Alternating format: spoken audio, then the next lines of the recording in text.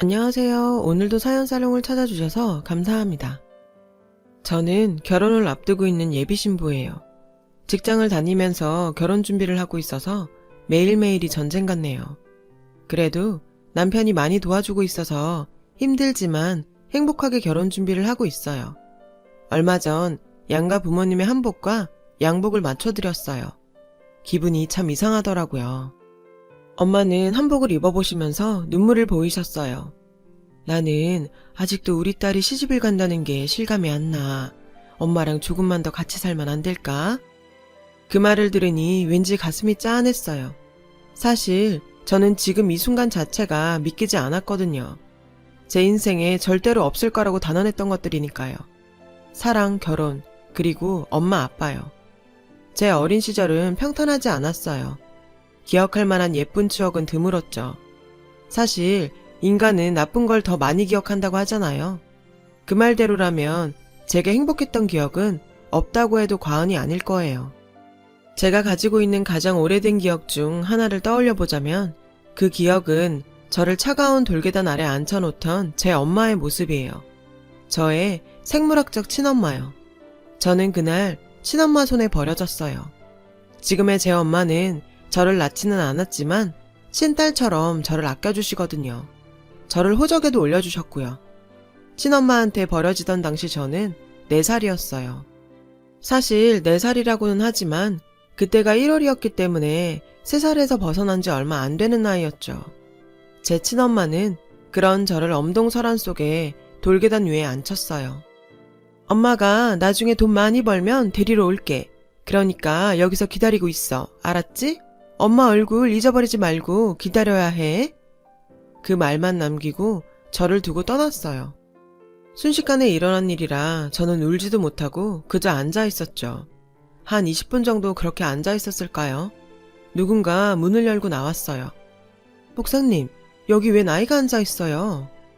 친엄마가 저를 버리고 간 곳은 교회에서 운영하는 보육원이었어요. 저를 발견한 선생님은 저를 데리고 안으로 들어갔고 안채에 계시던 목사님이 나와 저를 살피셨어요. 그리고는 제 옷주머니 안에서 편지를 발견했죠. 친엄마가 남긴 편지였어요. 편지에는 돈 벌고 자리 잡으면 데리러 올게요. 이름은 희수예요. 라는 말과 함께 제 생일이 적혀 있었어요. 그렇게 저는 엄마와 헤어져서 보육원에서 살게 되었어요. 보육원에는 많은 아이들이 들어왔고 또 많은 아이들이 입양을 통해 그곳을 떠났어요. 저는 그곳에서 한 아이를 만났어요. 그 아이는 저랑 동갑이었고 제가 들어오기 한 달 전에 들어온 아이였죠. 동갑에다가 몸집도 비슷해서 저와는 옷도 번갈아 입었어요. 노는 스타일이 비슷해서인지 우리는 금방 친해질 수 있었어요. 그리고 저희 둘에게는 친해질 수밖에 없는 이유가 있었는데 바로 둘 다 입양이 되지 않는 아이라는 거였죠. 저희가 입양이 되지 않는 이유는 바로 둘 다 부모가 돌아오겠다는 편지를 남겼기 때문이었어요. 그 친구의 부모님은 도저히 지금은 아이를 키울 수가 없지만 언젠가 반드시 아이를 데리러 올 테니 제발 다른 데 보내지 말고 돌봐달라고 부탁까지 했다고 해요. 그래서 목사님과 선생님들은 저희 둘을 입양 대상에서 배제시킬 수밖에 없었다더군요. 어릴 땐 몰랐는데 자라면서 깨달았어요. 보육원에 들어오는 아이들은 길어도 1, 2년 후에 가족이 찾아와 시설을 떠난다는 걸요. 하지만 친구와 제 부모님은 여전히 연락이 없었어요. 처음에는 데리러 온다는 말을 믿었지만 시간이 갈수록 우리는 이곳에서 살다가 성인이 되어서야 나갈 수 있겠다는 생각을 하게 되었어요. 그래서 우리들은 더욱 서로를 의지하게 되었어요. 보육원 예산으로는 아이들을 유치원에 보낼 수 없어서 저와 친구는 보육원에서 선생님과 목사님한테 한글을 배우고 다른 아이들이 유치원에서 익히는 것들도 배웠어요. 둘뿐인 유치원이었지만 그래도 친구와 함께여서 행복했어요. 선생님들과 목사님, 그리고 사모님도 입양을 가지 못하고 있는 저희 둘을 특히 아껴주고 사랑해주셨고요. 친구와 저는 초등학교 입학도 같이 했고 학교 측의 배려로 같은 반으로 입학할 수 있었어요. 목사님이 교장 선생님께 직접 연락을 해서 저희 둘의 사정을 설명하시고 특별히 부탁을 드린 것이죠. 초등학교에 들어갔다고 해도 8살은 아직 어린 나이잖아요. 그런데도 환경이 바뀌니 아이들의 생각과 사고방식도 빠르게 변하기 시작했어요. 유치원과 학교는 다르다는 걸 깨닫기 시작한 거죠. 저와 친구는 서로를 지켰어요. 힘들거나 주변에서 아픈 말을 듣고 속상한 일을 당했을 때 저희는 서로를 위로하고 옆에서 지켜주었어요. 한 번은 그런 적이 있었어요. 조별 활동을 하던 날이었어요. 친구와 저는 다른 조였는데 친구가 있는 조에서 한 아이가 친구를 가리키며 나 얘랑은 같은 조 안 해. 얘는 부모도 없고 집도 없어서 교회에 사는 애라고. 그 말에 저도 친구도 당황했어요. 친구는 얼굴이 빨개지더니 이내 눈에서 눈물을 뚝뚝 떨어뜨리기 시작했어요. 하지만 당당하게 아니라고 할 수도 없었어요. 그 아이 말대로 우리는 부모도 없고 그래서 교회에 사는 것도 맞았으니까요. 그 순간 저는 벌떡 일어났어요. 저도 지금 생각해도 어디서 그런 용기가 났는지 모르겠지만 말이에요. 아무튼 친구가 울기 시작하는 걸 보고 벌떡 일어나 친구 옆에 걸어가 섰어요. 그래, 나도 수정이랑 교회에 살아. 그게 뭐 어때서? 그리고 부모가 없다고? 우리도 부모 있어. 너는 엄마 한 명이지? 우리는 엄마 많아. 5명도 넘어. 네가 뭔데 잘 알지도 못하면서 욕해? 그리고 교회에서 사는 게 뭐가 어때서? 니네 집보다 우리가 사는 교회가 더 크거든? 잘 알지도 못하면서. 제가 소리치자 그 아이는 당황했어요. 아마 친구가 보육원 아이라는 건 듣고 저도 보육원에서 산다는 건 듣지 못한 것 같았어요. 친구는 울음을 멈추지 않았고 선생님이 진정시키고 나서야 멈췄어요. 그 일이 있고 난 다음부터 저와 친구는 쌍으로 찍혀서 아이들의 눈총을 받아야 했어요. 부모 없이 교회에 사는 애라는 딱지가 붙어서 아무도 저희와 놀아주지 않았어요. 심지어 교회에 다니는 애들마저도요. 저희 보육원은 교회와 걸어서 8분 정도 되는 거리에 있었고 저희도 일요일마다 그 교회 어린이 예배에 참여했어요. 하지만 그 일 이후엔 어른 예배에 갔어요. 초등학교를 다니는 동안 저희에게 붙은 보육원 아이 딱지는 떼어지지 않았고 그게 저와 친구가 서로를 의지하는 계기가 되었어요. 사실 아이들이 심하게 괴롭히거나 왕따를 시킨 건 아니에요.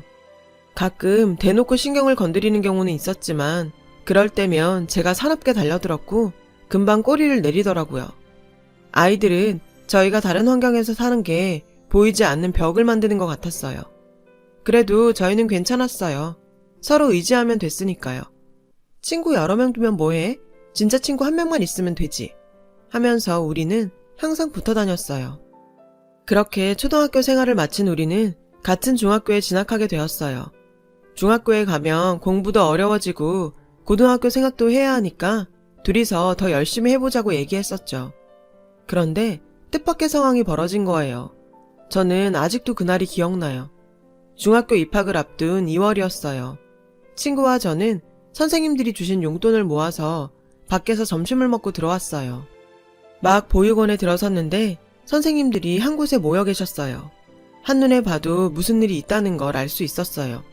어머, 저기 오네요. 수정아, 희수야, 이리 와봐. 선생님이 저희를 발견하고 부르셨고 저희는 사무실로 들어갔어요. 사무실에는 목사님이 계셨고 소파에는 부부로 보이는 남녀가 앉아 있었어요. 여자는 저희를 보자 소리쳤어요. 수정아. 저는 놀란 눈으로 친구를 바라봤죠. 친구는 놀란 눈치였어요. 그 여자는 수정이에게 달려와 끌어안고는 서럽게 울기 시작했어요. 저는 영문을 모른 채 벙찐 표정으로 서 있는데 선생님이 제 곁으로 다가와 속삭이셨죠. 수정이 부모님이셔. 그 말에 저는 깜짝 놀랐어요. 지금껏 친구와 저는 부모님이 찾아올 거라고는 생각지도 못했었거든요. 지금껏 단 한 번도 연락이 없던 탓에 살면서 친부모를 만날 일은 없을 거라고 생각했으니까요. 친구 부모님은 친구를 꼭 안으시고는 울면서 그러더라고요. 아빠 엄마가 너무 늦었지. 미안하다. 이제 우리 수정이 엄마 아빠랑 같이 살 수 있어. 아빠 사업도 예전처럼 다시 일으켰고 이제 우리 식구 행복하게 살 수 있어. 보육원은 거의 축제 분위기였어요. 데리러 오겠다고 하곤 아이들을 두고 간 부모는 열이면 열 오지 않거든요. 목사님은 그동안 고생 많으셨다며 수정이를 위해서라도 잘된 일이라며 기뻐하셨어요. 하지만 저는 마냥 기쁠 수만은 없었어요. 친구가 가고 나면 저만 혼자 남게 되니까요. 친구도 그걸 알기에 짐을 싸는 내내 울먹였어요. 미안해 희수야. 내가 너무 미안해. 친구는 내내 미안하다고 했어요. 솔직히 친구가 부러웠어요. 부모와 함께 살게 된 게 질투도 났고요. 하지만 속마음 그대로 말할 순 없었죠. 뭐가 미안해. 그런 생각하지 마. 다 잊고 엄마 아빠랑 행복하게 지내. 저는 애써 씩씩하게 말했어요. 그런 제게 친구는 전화도 자주 하고 자주 찾아올게. 그러니까 나 잊으면 안 돼. 친구는 울면서 말했고 저는 알겠으니 걱정 말라고 했어요. 친구가 떠나고 저는 이불 속에서 한참을 울었어요. 목사님이 제 마음을 아셨는지 들어오셔서 저를 꼭 안아주셨어요. 그리고 얼마 뒤 친구가 미국으로 떠난다는 소식을 듣게 되었어요. 식구들과 함께 미국으로 이민을 가기로 했다는 소식이었죠. 그 소식에 저는 밥도 안 먹고 울었어요. 그런데 보육원 선생님들이 기적이라고 하던 일이 또 한 번 일어났어요. 바로 제 친엄마가 저를 찾아온 거예요. 어느 날 선생님이 흥분한 모습으로 저를 불렀고 저희 엄마가 왔다고 했어요. 수년 만에 다시 만난 친엄마는 저를 보자마자 그러더라고요. 희수야, 엄마가 데리러 온다고 했잖아. 이제 엄마랑 같이 사는 거야. 친엄마의 담담한 태도에 저는 놀랐어요. 일전에 왔던 수정이 부모님과 달리 헤어진 지 며칠 안 된 사람 보는 것 같았거든요. 배웅 나온 목사님과 선생님들은 모두 자기 일처럼 기뻐해 주시며 부모님과 함께 행복하게 살라고 하셨어요. 그렇게 저는 얼떨떨한 기분으로 친엄마를 따라 나섰어요. 친엄마와 함께 간 곳은 어느 빌라였어요. 그곳에는 아저씨 한 분과 어린 남자애가 있었어요. 인사해, 새아빠셔. 그리고 동생이야. 새아빠라는 말에 제 생부가 아니라는 걸 알 수 있었어요. 친엄마는 재혼을 한 모양이었어요. 이복 동생과 아저씨는 제게 어색하게 인사했고 그렇게 저는 친엄마 집에서 새로운 삶을 살게 되었어요. 그날 이후 제 인생은 많은 게 변했어요. 차라리 보육원에서 살던 때가 그리울 정도로 괴로운 삶이 시작됐거든요. 친엄마는 중학생인 저에게 동생과 집안일을 떠넘기다시피 했어요. 당시 새아빠는 회사원이었고 친엄마는 화장품 가게 판매원으로 일하고 있었어요. 엄마는 술을 좋아해서 퇴근 후 동생이 잠들기만 하면 바로 술병을 꺼내들었어요. 술에 취하면 늘 제게 술주정을 했죠. 사실 널 데려올까 말까 고민했는데 그이가 그래도 친자식인데 데려오라고 해서 데려온 거야. 그러니까 고맙게 생각하고 동생한테 잘해. 알았어? 저 사람이 정말 내 엄마가 맞을까 싶을 정도였어요. 친엄마의 술주정을 들을 때마다 서러운 마음뿐이었죠. 제가 볼 때는 새아빠와의 관계도 그리 좋지 못한 것 같았어요. 다투는 모습을 보는 일이 잦았거든요. 그래도 새아빠는 삐뚤어진 사람은 아니라서 저와 동생에게 신경을 써주었어요. 동생 때문에 친엄마와 헤어지지 못하는 것 같았어요. 저는 먹고 잘 수 있는 집이 있다는 사실에 만족하자 생각하며 견뎠어요. 어린 동생도 잘 돌보았고 나름대로 공부도 열심히 하면서요. 그러면서도 친구와 함께 지냈던 시절이 그리웠어요. 저는 친구 생각에 다른 친구들과 잘 어울리지 못했어요. 학교 친구들과 어울릴 때마다 친구의 빈자리가 너무 크게 느껴졌거든요. 연락도 안 되니 그리움은 더 컸죠. 그렇게 시간이 흘러 저는 고등학생이 되었어요. 제가 고등학생이 되고 대학 입시를 준비해야 할 나이가 되었을 때 집안의 상황은 훨씬 더 나빠졌어요. 친엄마와 새아빠의 관계가 회복 불가능한 상태가 되어버렸거든요. 정말 눈만 뜨면 싸웠고 시도 때도 없이 툭하면 이혼 얘기가 나왔어요. 이혼은 시간 문제인 것 같더라고요. 저는 차라리 빨리 이혼을 하길 바랬어요. 제가 수능시험을 치르고 일주일쯤 지난 어느 날 새아빠가 저를 불렀어요. 그리고는 친엄마와의 이혼을 알렸어요. 너에게는 정말 미안하지만 내가 너까지 데리고 살 상황이 안 돼. 새아빠는 자신의 양육권을 가진 동생만 데리고 살게 되었다고 말해주었어요. 이해했어요. 저는 찐딸도 아니고 솔직히 새아빠도 넉넉지 않은 형편이라 저를 책임질 여력이 안 됐거든요. 대신 내가 동생 데리고 나갈 테니까 넌 그냥 여기서 엄마랑 살면 돼. 저는 새아빠한테 그동안 감사했다고 말했어요. 며칠 뒤 새아빠와 동생이 이사갈 날이 결정되었어요. 이혼도 거의 마무리되어 갈 즈음이었죠. 그런데 이혼이 성립되기 직전 친엄마가 도망쳤어요. 쪽지 한 장만 딸랑 남긴 채 새벽에 짐을 싸들고서 말이죠. 쪽지에 자신은 저를 키울 능력도 안 되고 저도 다 컸으니 혼자 살라고 적혀 있더군요. 새아빠는 난감해했지만 어쨌든 이혼 절차를 마무리 지었어요. 그리고 예정대로 이사를 나갔고 저는 그 빌라에 혼자 남게 되었어요. 일찌감치 대학 진학을 포기했던 저는 아르바이트를 하던 중이었어요. 일을 마치고 텅 빈 집에 오면 무섭고 외로웠어요. 차라리 엄마의 독설이라도 있었으면 할 정도였어요. 그날도 아르바이트를 마치고 늦게 들어와 잠을 자던 중이었어요. 그런데 이른 새벽 누군가 저희 집 문을 쾅쾅 두드리는 거예요. 그 소리에 순간 덜컥 겁이 났어요. 너무 무서웠어요. 혹시 취객이 집을 잘못 찾아온 게 아닐까 하는 생각도 들었어요. 그냥 없는 척 하려고 쥐죽은 듯 있는데 익숙한 목소리가 들리더라고요. 희수야, 희수 없니? 희수야. 보육원 선생님 목소리였어요. 겁에 질려있던 저는 번개같이 달려나가 문을 열었어요. 선생님 얼굴을 보자마자 눈물이 팍 터지더라고요. 그리곤 주저앉았죠. 긴장이 풀려서 다리에 힘이 풀렸거든요. 선생님은 저를 달래며 그러시더군요. 지금 빨리 보육원으로 가야 돼. 그 길로 저는 선생님을 따라 나섰어요. 그렇게 7년 만에 보육원을 다시 찾았죠. 보육원에는 누군가 저를 기다리고 있었어요.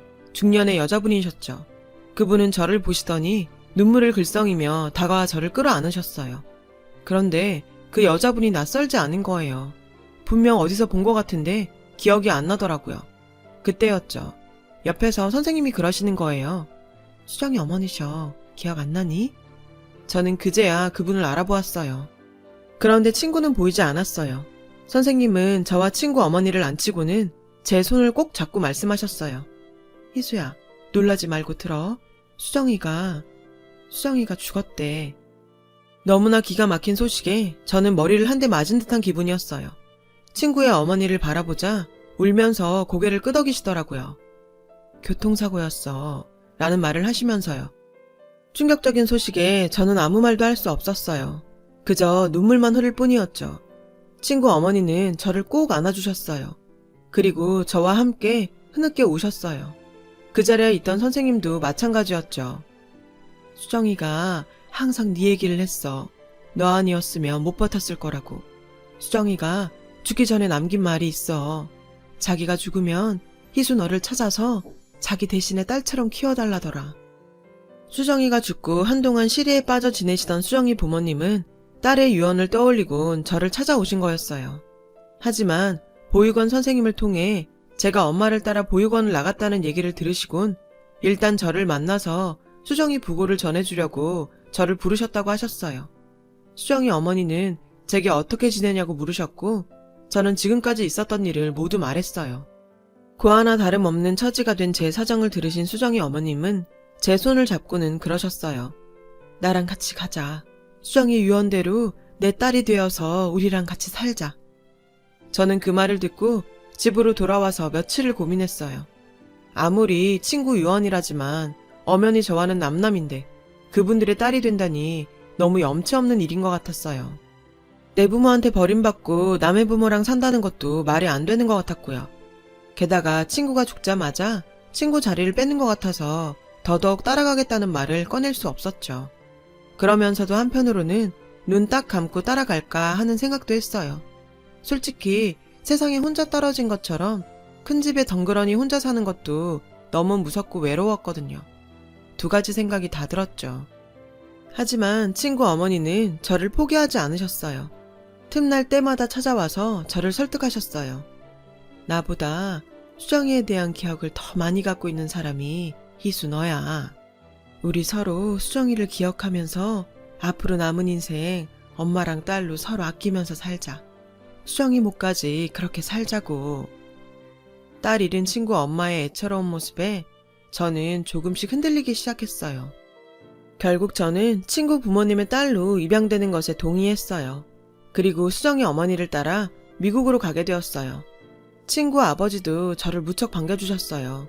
우리 딸 희수 어서 와. 저를 끌어안으시고는 많이 우셨어요. 그 말을 듣고 저도 많이 울었어요.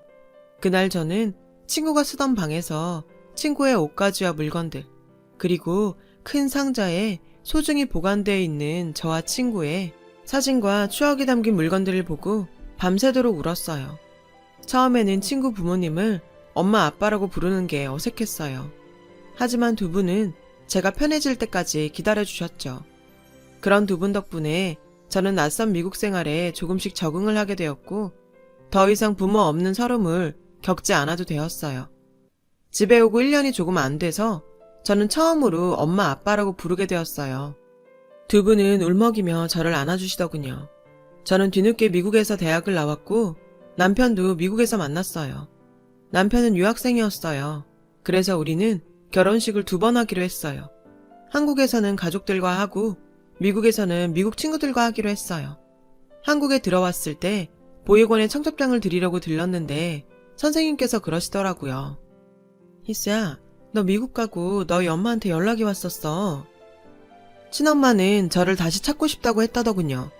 저는 친엄마한테 돌아갈 마음도 만날 마음도 없었어요. 소중했던 친구가 떠나면 안긴 선물 같은 가족들 덕분에 저는 지금 행복한 나날을 보내고 있어요. 그래서 친구한테 고맙고 미안해요. 이 모든 게 친구가 누려야 했던 거니까요. 제가 가장 외로웠던 시절 제 유일한 친구이자 가족이었던 친구를 저는 절대로 잊을 수 없을 거예요. 그래서 부모님께 더 잘해야겠다는 생각을 해요. 친구 대신 친구가 못다한 효도까지 다 하려고요. 그래야 제 마음이 조금은 가벼워질 것 같거든요. 부모님의 큰 사랑을 다시 한번 느낍니다. 지금까지 제 사연을 들어주셔서 감사드려요. 여러분, 사연 댓글에 응원과 현명한 조언 부탁드려요. 좋아요와 구독은 저에게 큰 힘이 됩니다. 오늘도 좋은 일 가득하세요.